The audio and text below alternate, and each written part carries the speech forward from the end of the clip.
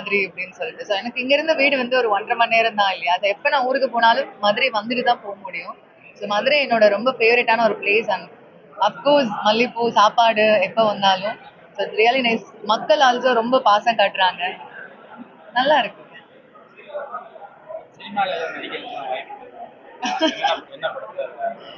இல்ல சார், கதை கேட்டுட்டு இருக்கேன். மேபி யாராவது நல்ல ஒரு கதையா இது மூலமா ஏதாவது வந்ததுன்னா சந்தோஷம் தான். ரொம்ப சந்தோஷம் சார். மதுரை சார்ந்த கதைகள்லயும் நீங்க வந்து அதர் ஸ்டேட்ல தானே இருக்காங்க இல்லையா? அது சந்தோஷம் தான். வந்தா சந்தோஷம் தான். எதுவும் வேணாம்னு சொல்லுங்க.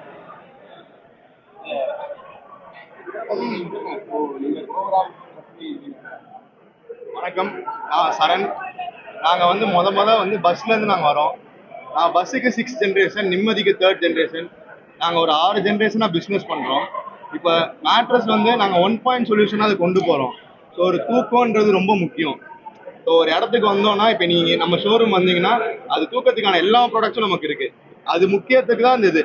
உங்களுக்கு சப்போஸ் குளிர்காலத்தில் ஒரு மெத்தைக்கு, இல்லை வெயில் காலத்துக்கு ஒரு மெத்தை, இந்த இவங்களுக்கு இப்படி ஒரு மெத்தை, அவங்களுக்கு இப்படி மெத்தை, எல்லா டைப் ஆஃப் மெத்தை இருக்கு. அவங்களுக்கு தேவையான ஆக்சரிஸ் எல்லாமே நம்மகிட்ட வந்து அனைத்து பொருள்களும் கிடைக்கிறது தான் இது. ஒரு நல்ல சொல்யூஷனா இதை நாங்க வந்து இது பண்றோம். அண்ட் அவங்க ஓனாவே அவங்களோட எல்லா திங்ஸுமே மேனுஃபேக்சர் பண்றாங்க. நாங்க வந்து எல்லாமே ஆர்என்டி பண்றோம். ஒவ்வொரு ப்ராடக்ட்டையும் நாங்க ஆர்என்டி பண்றோம். எல்லாமே செல்ஃப் ஆர்என்டி பண்ணி தான் நாங்க சேல் பண்றோம். ஸோ எங்க கஸ்டமர் சாட்டிஸ்ஃபேக்ஷன் ரொம்ப முக்கியம் எங்களுக்கு. பிக் பாஸ் வந்து வெளியே வந்ததுக்கு அப்புறம் பல வாய்ப்புகள்லாம் வருது.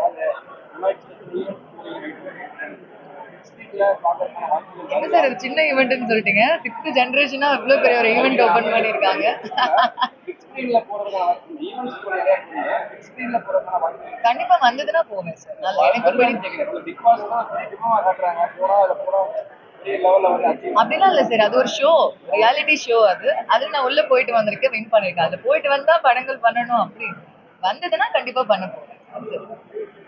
சார் இப்போ பிக் பாஸ்ல இருக்கீங்க, வாட்டர் சார் அவருக்கு மதுரை தான். இங்க வந்தீங்களா, அவர் எதுவும் பேசுனீங்களா? ஏன் சார் அதெல்லாம் இல்ல சார். இப்போ பிக் பாஸ் போனதுக்கு அப்புறம் நீங்க வந்துருக்கீங்க, வெளியே எப்படி சார் ரொம்ப நல்லா இருக்கு. மக்கள் ரொம்ப வரவேற்பு கொடுத்தாங்க எனக்கு. அவங்களுக்கு அவங்க வீட்டு பொண்ணா என்ன பாக்குறாங்க. அதுக்கு மேல என்ன சந்தோஷம்.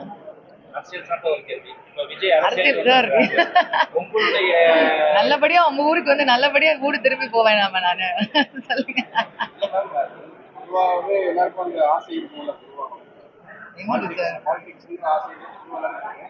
உங்களுக்கு இருக்கா?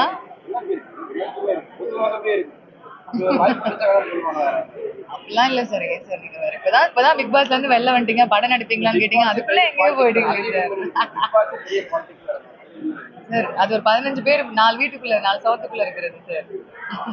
மதுரை கலைக்களமா வச்சு நிறைய படங்கள் வந்துருக்கு. மதுரையோட கலைக்களம் இல்லாம திரைக்களம் இல்லை அப்படின்ற ஒரு சூழ்நிலை வந்திருக்கு. மதுரை கலைக்களமா வச்சு வந்தால் உங்களுடைய நிலைப்பாடு ஏதாவது படங்கள் உங்களுக்கு வாய்ப்பு? கண்டிப்பா சார், கண்டிப்பா பண்ண 200% எனக்கு பெர்ஃபார்ம் பண்ற மாதிரி என்ன ரோல் கிடைச்சாலும் கண்டிப்பா. சார் அதான் சொன்னேன், என் ஊருக்கு நான் என்னோட ஊர் ராமநாதபுரம். இருந்து மதுரையில் வந்துதான் நான் எப்பவுமே போகணும். சின்ன வயசுல இருந்து நான் இங்க வந்துட்டு போற ஒரு ஊர் தான். மதுரைனாலே மக்களோட பாசம் தானே. நம்ம சைடு அதானே சார்.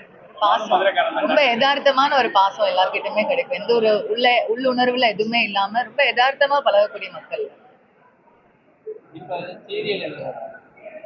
இல்ல சார், இப்போ எதுவும் கமிட் பண்ணல.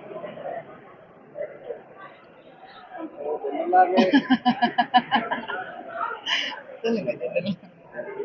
வெளியே வந்ததுக்கு அப்புறம் உள்ள நட்பு நண்பர்கள் எல்லாம் பழகி இருக்கீங்க. வெளியே வந்ததுக்கு அப்புறம் அந்த நண்பர்கள் நட்பெல்லாம் உண்மையாவே அந்த நட்பெல்லாம் இருக்கா இல்ல உள்ள இருக்கு? நட்பு எப்படி சார் பொய்யா இருக்கும்? இருக்கலாம். உள்ளுக்குள்ள வந்து நீங்களே தெரிஞ்சீங்க. உள்ளுக்குள்ள பாத்தீங்கன்னா கேமுக்காக ஸ்ட்ராட்டஜிக்காக நட்பு கூட பயன்படுத்துறாங்க. அந்த மாதிரி எத்தனை நாள் பயன்படுத்தலாம் பாக்குறோம். அரோரா, ஆதிரை, தியானா, கனியக்கா எல்லாரும் கூட பேசுறாங்க. வாட்டர்மேன் ஸ்டார்ட் தான் பேசுறீங்க. அவர் பிஸியா இருக்காரு சார் நிறைய ஈவெண்ட்ஸ்ல. ரீசெண்டா அவருடைய பயணத்தை அவருக்கு எப்படி வளர்ச்சி நீங்க பாக்குறீங்க? அதை பாக்குறீங்களா? அது எப்படி அவர் ஒருத்தவங்களுக்கு ஒரு வளர்ச்சி சார். இல்ல மேம், அவருடைய வளர்ச்சி எப்படி இருக்கு பாக்குறீங்களா? நீங்க எப்படி இருக்கு? அவர் இன்னும் வளர்ச்சி அடைஞ்சிருக்காரா? இல்ல சார், அதுக்கப்புறம் நான் உள்ள போனதுக்கு அப்புறம் அவர் வெளில வந்ததுக்கு அப்புறம் பார்க்கல சார். பிக் பாஸ் உங்களுக்கு என்ன கற்றுக் சார் அது ஒரு பெரிய ஒரு இட்ஸ் நாட் ஈஸி. அது ஒரு லைஃப் டைம் ஒரு மெமரி உள்ள நிறைய விஷயம் கத்து கொடுக்கும் சார். இப்போ உங்களுக்கு எனக்கு பிடிக்கலன்னா நீங்க அந்த பக்கமா போயிடலாம், நான் இந்த பக்கமா போயிடலாம், பார்க்க வேண்டிய அவசியமே இருக்காது. பட் அந்த வீட்டுக்குள்ள அப்படி கிடையாது. பிடிச்சிருக்கோ பிடிக்கலையோ எல்லாரும் கூடயும் வந்தா அதுதான் அது ஒரு விஷயம். அங்க என்னனாலும் நம்ம ஒருத்தவங்களை ஃபேஸ் பண்ணி தான் ஆகணும்னு இருக்குல்ல, அந்த ஒரு விஷயம் அங்க இருக்கு. Really nice. நமக்கு ஒருத்தவங்க கிட்ட டேர்ம் சரியில்லைன்னா கூட we can talk, நம்மளால பேச முடியும், ஒரு விஷயத்த கன்வே பண்ண முடியும். என்னதான் ஓடி ஓடி வளர்த்தாலும் தூக்கம்ன்றது இன்றைய நல்லா தூங்கணும்னா ஒரு பீஸ்ஃபுல் லொகேஷன் வேணும். வீட்டுக்காரமா இருக்கட்டும், அதுக்கு கட்டி இந்த மாதிரி தான் வேணும். ஸோ பீஸ்ஃபுல்லான இதுக்கு வந்து என்ன மாதிரியான ப்ராடக்ட் என்ன ரேஞ்சில் இருக்கு? நம்ம எல்லா ரேஞ்சிலையுமே நமக்கு இருக்கு. ஸ்டார்டிங் ஃப்ரம் 4000ல இருந்து நம்ம என்ன ரேஞ்சில் எப்படினாலும் என்ன செக்மெண்டேஷன்லனாலும் நம்ம பண்ணி தரலாம். இப்போ இந்த பக்கம் படுக்கிறவங்க ஹார்டாவோ இல்லை இந்த பக்கம் படுக்கிறவங்க சாஃப்டாவோ இல்லை எப்படி உங்களுக்கு என்ன காம்பினேஷன் நம்ம பண்ணி தரலாம். ஏன்னா நாங்கள் பேர்ல நிம்மதி வச்சிருக்கோம். படுத்துட்டு நிம்மதி இல்லைன்னா கஷ்டமாயிரும். அதனால நிம்மதி கொடுக்கறதுக்கு தான் நாங்கள் இருக்கோம். உங்களுக்கு வெட்டிங் கப்புள் அப்படின்ற மாதிரி ஏதாவது கஸ்டமைஸ் பண்ணி கேட்டாங்கன்னா என்ன மாதிரி? ஸ்ப்ரிங் பெட் நாங்கள் கொடுத்துருவோம். ஸ்ப்ரிங் பெட் கொடுப்போம். பாக்கெட் மெமரி வேற டாப் இருக்கு. கம்பல்சரி நல்லா இருக்கும் சார். இப்படி எல்லாம் கேள்வி கேட்க முடியும்? நம்ம ப்ராடக்ட் ப்ரமோஷனுக்காக திவ்யா அவங்களை அழைச்சதுக்கான காரணம் என்ன விஷயம்? இல்ல இப்போ விமென்ஸ் டே வருது. ஒரு போல் விமன் வந்து பிக் பாஸ்ல தனியா நின்று ஜெயிக்கிறதுன்றது ரொம்ப கஷ்டம். ஸோ அவங்க எல்லாத்தையும் தாண்டி வந்திருக்காங்க. பிளஸ் அவங்க மதுரை பக்கத்து ஊருன்ற போது நாங்கள் எதுக்கு கூப்பிடாம இருக்க போறோம்?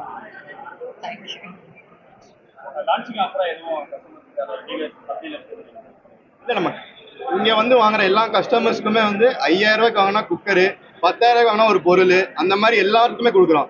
1000 ரூபாய்க்கு ஒரு பொருள் வாங்குறவங்களுக்கு லக்கி ட்ரா கூப்பன். அடுத்த வாரம் 15ஆம் தேதி ஜெயிக்கிறவங்களுக்கு 1 டன் ஏசி கிஃப்ட். நாங்க 5000ல இருந்து 1 லட்சம் வாங்குற எல்லாருக்குமே கிஃப்ட். அதனால எல்லாரும் வந்து வாங்குங்க, கிஃப்ட் என்ஜாய் பண்ணுங்க. இண்டஸ்ட்ரியில வந்து பெண்ணா வந்து சாதனை பண்றது எவ்வளவு கஷ்டமா நினைக்கிறீங்க? அதுல இருக்கக்கூடிய கன்சிஸ்டன்ட் விஷயம் நீங்க ஃபீல் பண்றீங்க? ஒரு உச்சத்துல நீங்க அடையணும், ஒரு அடியா வரணும் அப்படின்னா எந்த ஒரு வேலையிலுமே, இப்ப உங்களோட தனிப்பட்ட வாழ்க்கையிலுமே என்னோட தனிப்பட்ட வாழ்க்கையிலுமே உள்ள எல்லாரோட தனிப்பட்ட வாழ்க்கையிலுமே ஒரு விஷயத்துல நம்ம ஹை போனோம்னா நிறைய அப்ஸ் அண்ட் டவுன்ஸ் வரதான் செய்யும். அதெல்லாம் தாண்டி தான் போகணும். நடிகையா இண்டஸ்ட்ரியில வந்து என்னென்ன மாதிரியான பிரச்சனைகள் சந்திக்கிறதுக்கான உருவாயிருக்கு? பிரச்சனைகள் 1008 இருக்கும் சார். அது அப்படிதான் சொல்லுவாங்க. இல்ல அந்த மாதிரி உங்களுக்கு பிரச்சனைகள் இருக்கா? வாய்ப்புகள் கிடைக்குதா? அந்த வாய்ப்புகளை தேடும் போது அதுக்கான தடைகள் வருதா? என்னென்ன மாதிரி தடைகள் வருது? ஏன்னா அது நான் தான் சார் சூஸ் பண்றேன். எனக்கு ஒரு விஷயம் வருதுன்னா அதை நான் எடுக்கணுமா வேணாமாங்கிறது என்னோட சாய்ஸ் தான். எனக்கு பிடிச்சா எடுக்க போறேன், பிடிக்கலன்னா வேற வேலை பார்க்க போறேன். சார் ஏன் சார் இந்த சார் அது ஒரு கல்யாணம் சார். கல்யாணத்துக்கு 4 பேர் வரதானே சார் செய்வாங்க.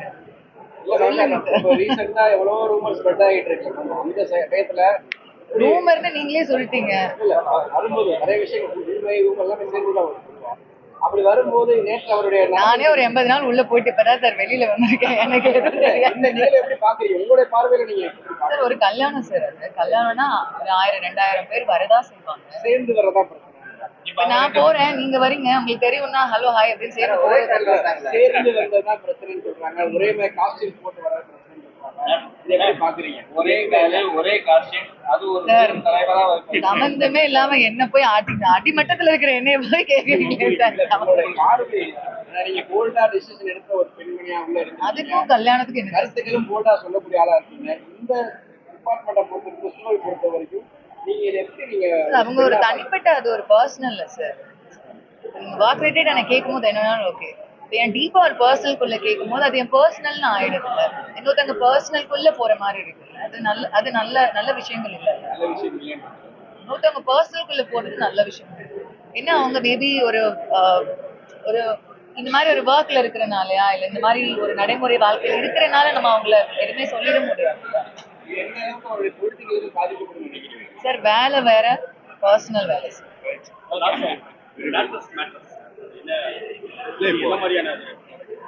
லேட்டெக்ஸ் வந்து நம்ம முன்னாடியே பண்ணிட்டு இருக்கோம். நம்ம R&D பண்ணி கஸ்டமைசேஷன் பண்ணி ஒன்று பண்ணிட்டு இருக்கோம். இப்போ நம்ம வந்து இம்போர்ட் பண்ண ஆரம்பிச்சிட்டோம். இப்போ ரீசெண்டாக நம்ம ஒரு 3-4 கண்டெய்னர் இம்போர்ட் பண்ணி நம்ம வந்து இப்போ எல்லா டைம் சேல் பண்ணிட்டு இருக்கோம். இப்போ புதுசாக 2 லான்ச் பண்ணியிருக்கோம். ஒன்று ஃபுல் லேட்டெக்ஸ்னு ஒன்று, இன்னொன்று ஹெச்என்எஸ் லேட்டெக்ஸ்ன்றது. இது நம்மளோட ஓன் ப்ராடக்ட் தான். நம்ம வந்து இம்போர்ட் பண்ணி நம்ம பேர் போட்டு நம்ம சேல் பண்ணுற ப்ராடக்ட். நிம்மதி வரதுக்கான ப்ராடக்ட் இது. நிம்மதியை கொடுக்க போகிற ப்ராடக்ட் இது. ப்ராடக்ட் ரேஞ்ச் என்ன பிரைஸ்ல இருக்கு சார்? அதான் சொல்லியிருந்தேன் நான் 4000 ரூபாயிலேருந்து ஆரம்பிக்கிறேன் நான் உங்களுக்கு. எல்லாருக்கும் நிம்மதியான தூக்கம். சார் ஏதோ கேட்க வந்தீங்களா? ஏதாவது இருக்கா இன்னும்?